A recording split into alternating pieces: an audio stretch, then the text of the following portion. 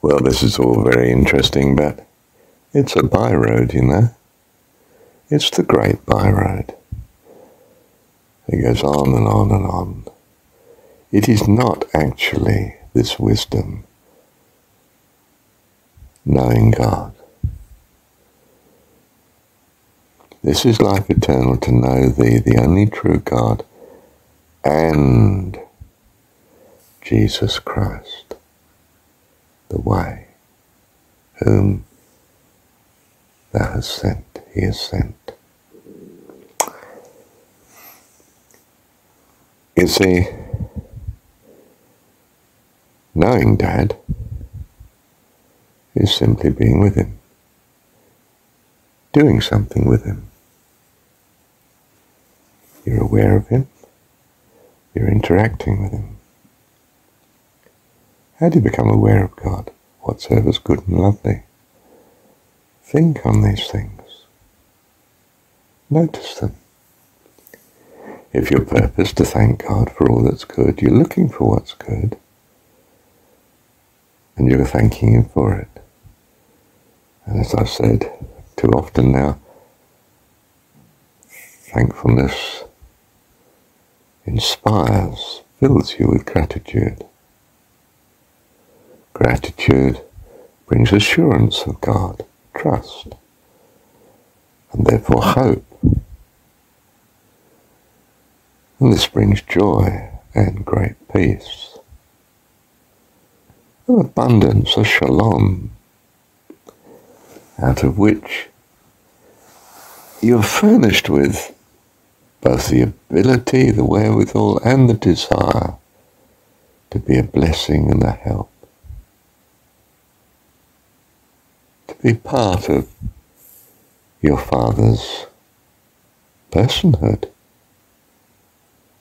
His being, His presence, His values, because you're so impressed with all the good that flows from His hand into your life and the lives of those around you, the creation. You stand in amazement at the work of His hands, glorifying God. You give praise to God. In Hebrew Old Testament terms, Yahweh.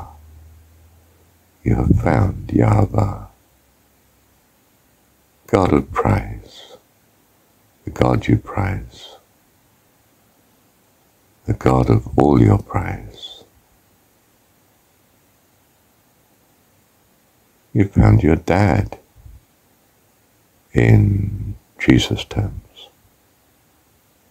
You're a son of God, child of God. You are as Jesus. You are Jesus. Another version, another story. Another story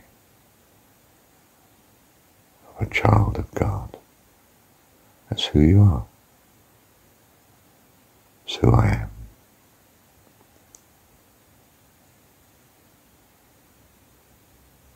Thank you, Heavenly Father. We find that appreciation, praising God, becomes loving God. And loving is oneness. Devotion.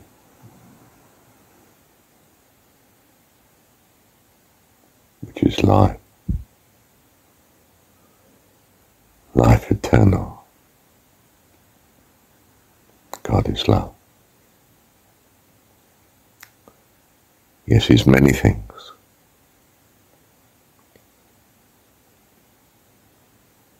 But without love, oh my goodness, I'm not considering it. Love you, Heavenly Father. Thank you, Heavenly Father. You see, you fall in love. You are inspired, breathed into. Life is breathed into you. You are inspired to love God which is to put your faith and trust in him. You ascribe to him goodness, whether you see it or not. And if you see something that is not, you interpret it as good. You believe, you trust.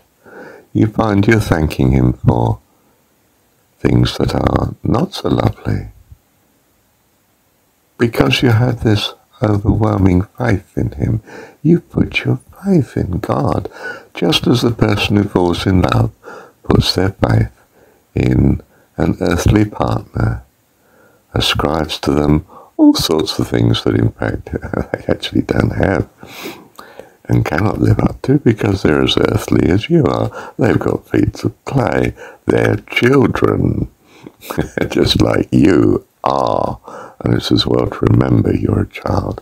This is the true humility, or you won't learn of God. You need to have this humility. Okay? But as you grow in spiritual presence, by your consciousness of the God, of the goodness of God, you realize that many of the things you thought of as problematic and not good are a blessing, are necessary, are part of his great goodness. And you start to trust him for the things you cannot see. Do you see you're living a life of faith? Not without a firm foundation. But you are aware of the sheer weight of goodness that he is for you and for all life, is the great blessing of life itself. We ascribe greatness to our God.